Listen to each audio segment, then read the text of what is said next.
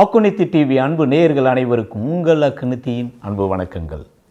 தீராத வலிகளுக்கு ஒரு தீர்வு.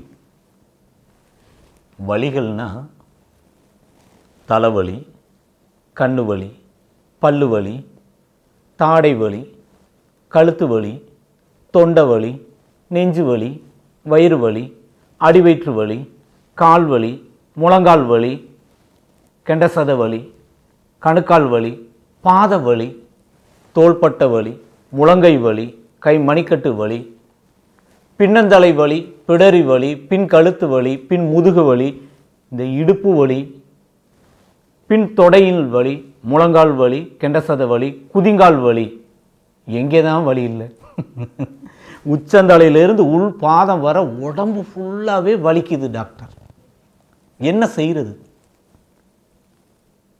என்ன காரணம்? இப்போ என் உடம்புல இப்போ தொடுறேன், வலிக்குமா? ப்ரெஸ் பண்ணுறேன், வலிக்குமா? இதனால் ஒரு வலி வருமா? தட்டுறேன், வலிக்குமா? குத்துறேன், வலிக்குமா? கிள்றேன், வலிக்குது. ஒரு ஊசி எடுத்து குத்துறேன், வலிக்குது. ஒரு கத்தி எடுத்து கிழிக்கிறேன், வலிக்குது, தாங்க முடியல. நம்மளுடைய உடம்பு ஏற்றுக்கொள்ளக்கூடிய வகையில், அதாவது இந்த உடல் தாங்கக்கூடிய அளவுக்கு ஜீரணிக்கக்கூடிய வகையில் தொடுவதோ, தடவி கொடுப்பதோ, தட்டி கொடுப்பதோ, பிடிச்சு விடுவதோ உடம்புக்கு சுகமாக இருக்கும். ஆனால் உடம்பினுடைய செல்களை சிதைக்கக்கூடிய வகையில் அல்லது அதை பாதிக்கக்கூடிய வகையில் புறத்தாக்குதல், அதாவது கிள்றது, கடிக்கிறது, குத்துறது, வெட்டுறது அப்படின்னு செல்களை பாதிக்கக்கூடிய வகையில் ஏதாவது ஒரு செயல் செய்தால் அப்பொழுதுதான் ஐயோ தாங்க முடியாத வலி அப்படின்னு வலிக்குது வலிக்குது அப்படின்னு துடிப்போம். இப்போ வலி எப்போ வருது அப்படிங்கிற புரியுது இல்லையா? இது மாதிரி கில்லாமல், குத்தாமல், அடிக்காமல் அல்லது கட் பண்ணாமல் எதுவுமே செய்யாமல் இடுப்பு வலி, முழங்கால் வலி, கழுத்து வலி, கை வலி, கால் வலி, உடம்பு வலின்னு வருது. இந்த வலி எப்படி வருகிறது? உடம்புக்கு உள்ளே இருக்கக்கூடிய இணைப்புகளில் இருக்கக்கூடிய எலும்பு இணைப்புகளில், தசை இணைப்புகளில் இருக்கக்கூடிய மென் திசுக்கள் பாதிக்கப்படும் போது எதன் காரணமாக பாதிக்கப்படும்? சிதைந்து போகும். வாயு தேக்கம், நீர் தேக்கம், இரத்த தேக்கம், அமில தேக்கம், உஷ்ண தேக்கம், இவைகளில் ஏதாவது ஒன்று ஒரு இணைப்பில் தேக்கமானால் அல்லது ஒரு தசைகளில் தேக்கமானால் அல்லது நரம்புகளில் தேக்கமானால் அந்த பகுதியில் உள்ள செல்கள், முக்கியமாக இணைப்பு செல்கள், கனெக்டிவ் டிஷ்யூ அல்லது சாஃப்ட் டிஷ்யூ சிதைந்து போகும், புண்ணாகும். அப்போ அந்த செல்கள் பாதிக்கப்படும் போது அப்பொழுதுதான் அது வலியாக உணர்த்தப்படுகிறது. அந்த வலியை அங்கு இருக்கிற சென்சரி நர்வ் அங்கே பாதிக்கப்பட்டு இருக்கிறது என்பதை சென்சரி நர்வ் மூளைக்கு கடத்தி, ஐயோ வலிக்குது, இந்த இடம் எனக்கு வலிக்குது அப்படின்னு உணர வைக்குது. எப்படிங்க கில்லுனா இந்த கில்ற உணர்வை மூளைக்கு உணர்வு நரம்புகள் கடத்துதோ, அதே மாதிரி உடம்புக்கு உள்ளே ஒரு செல்கள் பாதிக்கப்படும் போது அந்த பாதிப்பை உணர்வு நரம்புகள் மூளைக்கு வலியாக உணர்த்துகிறது. இப்போ வலி எப்படி வருதுன்னு புரிஞ்சிருச்சா? நம்ம அதி புத்திசாலி. வலிக்குதான் உடனே ஒரு வலி மாத்திரையை வாங்கி போட்டுறணும். தலைவலிக்கு ஒரு மாத்திரை, இடுப்பு வலிக்கு ஒரு மாத்திரை, கால் வலிக்கு ஒரு மாத்திரை, எல்லாத்துக்கும் மாத்திரை. மாத்திரை என்ன செய்யும்? அங்கே பாதிக்கப்பட்ட செல்களை புதுப்பிக்குமா?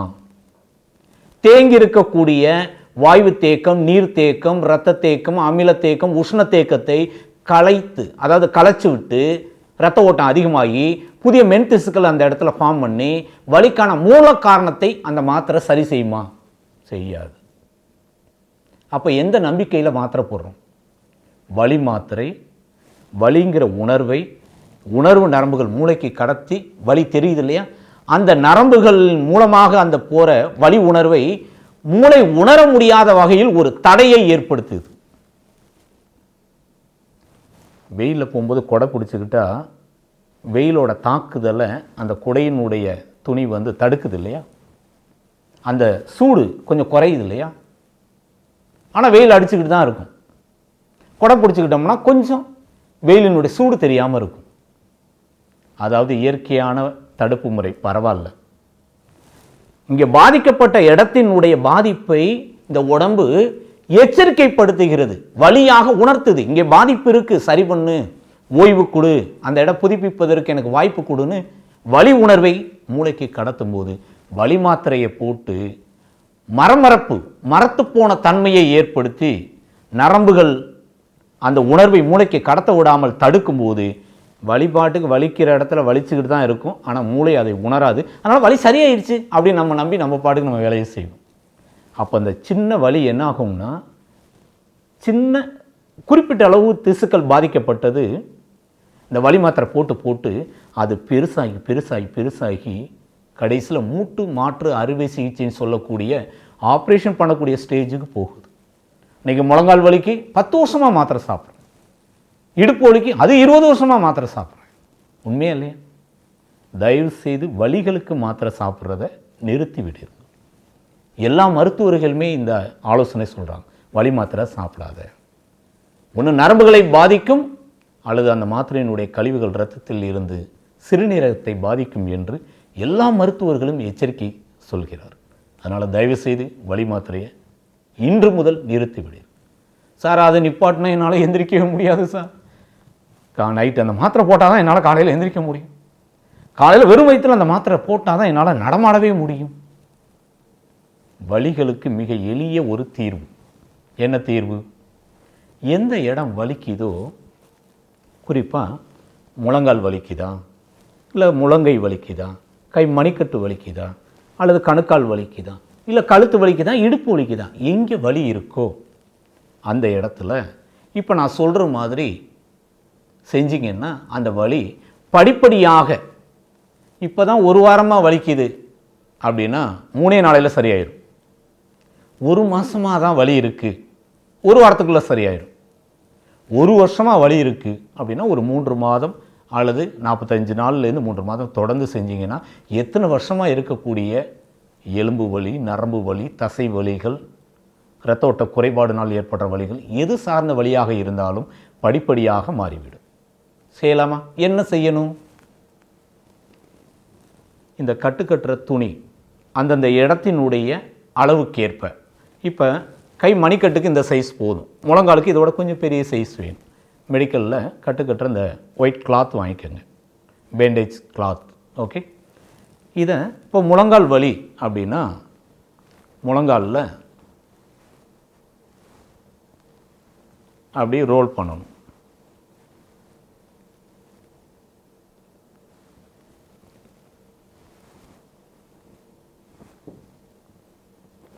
முழங்கால் முட்டி சுற்றி, அதாவது முட்டிக்கு மேலே, முட்டிக்கு கீழே, முட்டியை சுற்றி அந்த ஜாயிண்ட்டை கவர் பண்ணுற மாதிரி 3 அல்லது 5 சுற்று, 5 கூட அதிகம், 3 சுற்று அப்படி சுற்றி அந்த கிளாத்தை கட் பண்ணி அதில் ஜாயின் பண்ணி வச்சிடணும். ஒரு கால்னா ஒரு காலுக்கு மட்டும், 2 கால்னா 2 கால்லையும் ரோல் பண்ணியாச்சா? அடுத்து என்ன செய்யணும்? அதாவது எண்ணெய் சுட வைக்கிற மாதிரி ஒரு பாத்திரம் எடுத்து வைங்க. 50 மில்லி நல்லெண்ணெயை அந்த பாத்திரத்தில் ஊற்றி லைட்டாக சூடு பண்ணுங்க. அந்த எண்ணெய் கொதிக்கக்கூடாது, இளம் சூடு, அதாவது தாங்குகிற சூடு வரும். அந்த சூடு ஏறிடுச்சு அப்படிங்கிற அறிகுறி லேசாக ஆவி வர்ற மாதிரி ஒரு வாசம், எண்ணெயினுடைய காரல்னு சொல்லுவோம், அந்த ஒரு வாசம் வரும், நெறியேற மாதிரி ஆவி வர்ற மாதிரி ஒரு பக்குவம் வரும், கொதிக்க போகுது அப்படின்ற அறிகுறி. அந்த நிலையில் 5 பூண்டு பல்லு, அதாவது பூண்டு கார்லிக் இருக்கு இல்லையா, பூண்டு 5 பல்லு அப்படின்னு சொல்லுவோம், 5 பீஸை மட்டும் தோலோட லேசாக நச்சு அந்த எண்ணெயில் போடணும், போட்டு மூடி வச்சிடணும். இப்போ இந்த பூண்டு லைட்டாக அப்படியே கொஞ்சம் நேரத்தில் சூடு ஏறி ஏறி செந்நிறமாக கலர் மாறும், கருகிடக்கூடாது. செந்நிறமாக கலர் மாறும்போது அப்படியே ஆயிலை கீழே இறக்கி வச்சுட்டு 5 கிராம் பச்சை கற்பூரம் அந்த எண்ணெயில் போடணும். புரியுதா? 5 கிராம் மட்டும் பச்சை கற்பூரம் போட்டு திறந்து வைக்கக்கூடாது, உடனே மூடி வச்சிடணும். அவ்வளோதான். 50 மில்லி நல்லெண்ணெய், 5 பூண்டு பல், 5 கிராம் பச்சை கற்பூரம். சார் 50 மில்லி எனக்கு பத்தாது. 100 மில்லி நல்லெண்ணெய், 10 பூண்டு பல், 10 கிராம் பச்சை கற்பூரம். மளிகை கடையில் பச்சை கற்பூரம்னு கேட்டால் டப்பாவில் தனியாக கொடுப்பாங்க. நீங்கள் பாட்டு இந்த கோவிலில் பற்ற வைக்கக்கூடிய கற்பூரத்தை வாங்கிடாதீங்க. அது தோல் கருப்படிச்சு போயிடும், அரிப்பு வந்துடும். அது இல்லை கற்பூரம். பச்சை கற்பூரம் என்பது மருத்துவ குணம் வாய்ந்தது, உள்ளுக்கு சாப்பிடக்கூடியது.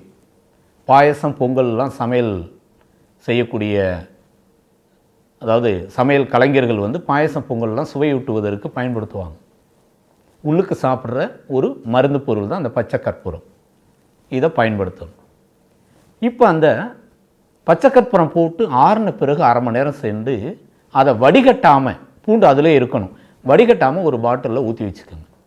அந்த எண்ணெயை இப்போ கட்டி இருக்கீங்களா, இதில் அந்த எண்ணெயை ஊற விடணும். குறைந்தது 2 மணி நேரம், அதிகபட்சம் 4 மணி நேரம் அந்த ஜாயிண்டில் ஊற விடணும் தினசரி.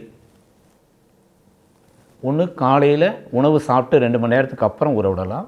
இல்லைன்னா தூங்கி எந்திரிச்சவுடனே ஊற விட்டுட்டு 4 மணி நேரத்துக்கு, 6 மணிக்கு நீங்கள் ஊற விட்டிங்கன்னா 10 மணிக்குள்ளே வாஷ் பண்ணிடலாம், கழுவிடலாம்.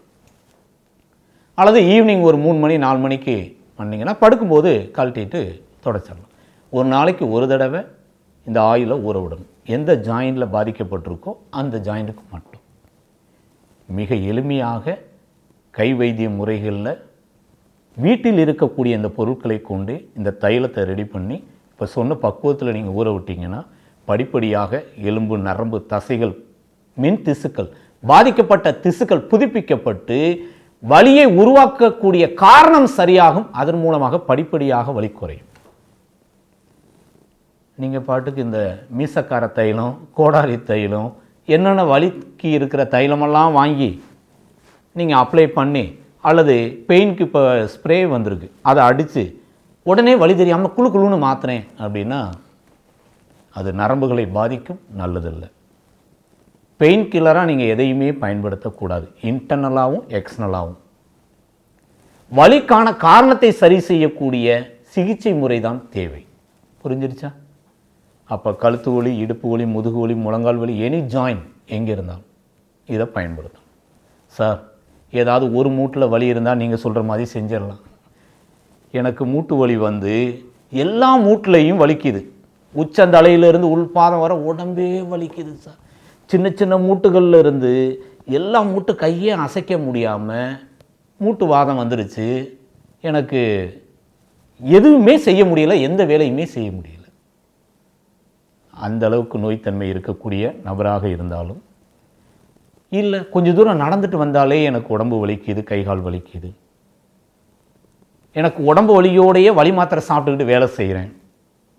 ஒரு சிலருக்கு வேலை செய்கிறதுனால வலிக்கும், சில பேருக்கு எந்த வேலையும் செய்யாமலே உடம்பு வலிக்கும். எல்லா விதமான உடம்பு வலிக்கும், உடல் முழுவதும் வலிக்குது அப்படின்னா எங்கே சார் கட்டுறது? எந்த இடத்துலையும் கட்ட முடியாது. இப்போ சொன்ன அந்த தைலத்தை ரெடி பண்ணி வச்சுக்கோங்க. காலையில் 6 மணிக்குள்ளே எழுந்திருச்சு இந்த தைலத்தை கண்களை மூடிக்கொண்டு, கண்ணில் மட்டும் படாமல் உச்சந்தலையில் லேசாக தேய்ச்சிருங்க. கழுத்து, தோள்பட்டை, முழங்கை, கை மணிக்கட்டு, இடுப்பு, முழங்கால், கணுக்கால்னு ஒவ்வொரு மூட்டுக்கு மட்டும் அப்ளை பண்ணுங்கள். ஃபஸ்ட்டு அந்த ஜாயிண்டில் மட்டும் அப்ளை பண்ணி ஒரு மணி நேரம் ஊற விட்டுட்டு 6 மணிக்கு அப்ளை பண்ணிட்டீங்கன்னா 7-7:30 மணிக்குள்ளே வெது வெதுப்பான வெந்நீர் வச்சு குளிச்சிருங்க. அன்றைக்கு மட்டும் வெந்நீர், மற்ற நாள்லாம் பச்சை தண்ணி. இதை வாரத்தில் 1 நாள் அல்லது வாரத்துக்கு 2 தடவை இந்த தைலத்தை உடம்புல மூட்டு இணைப்புகளில் மட்டும் தேய்ச்சி 1 மணி நேரம் ஊற விட்டு குளிக்கிற பழக்கம் இருந்தால் உங்கள் உடம்பு வலி ஓடி போயிடும். வலி மாத்திரை சாப்பிட வேண்டிய அவசியம் இல்லை. புரியுதா? அதனால் இன்றைக்கி கிட்னி ஃபெயிலியர் பேஷண்ட் நிறைய உருவாகிட்டு இருக்காங்க. அதற்கு தேவையற்ற மருந்து மாத்திரைகள் அதிகமாக சாப்பிட்றதும் ஒரு அடிப்படை காரணம் என்று மருத்துவ ஆய்வு சொல்கிறது. தொட்டதுக்கெல்லாம் போய் நம்மளாம் மாத்திரை வாங்கி சாப்பிட்றத தயவுசெய்து நிப்பாட்டிட்டு இயற்கையான வாழ்வியல் முறை மூலமாக நம்மளை நாமளே சரி செய்து கொள்வதற்கு முயற்சி செய்யுங்க. அதுதான் ரொம்ப நல்லது. தீராத வலிகளுக்கு தீர்வு என்ற இந்த வீடியோ உங்களுக்கு பயனுள்ள வகையில் இருக்கும். லைக் பண்ணுங்கள், ஷேர் பண்ணுங்கள். நன்றி.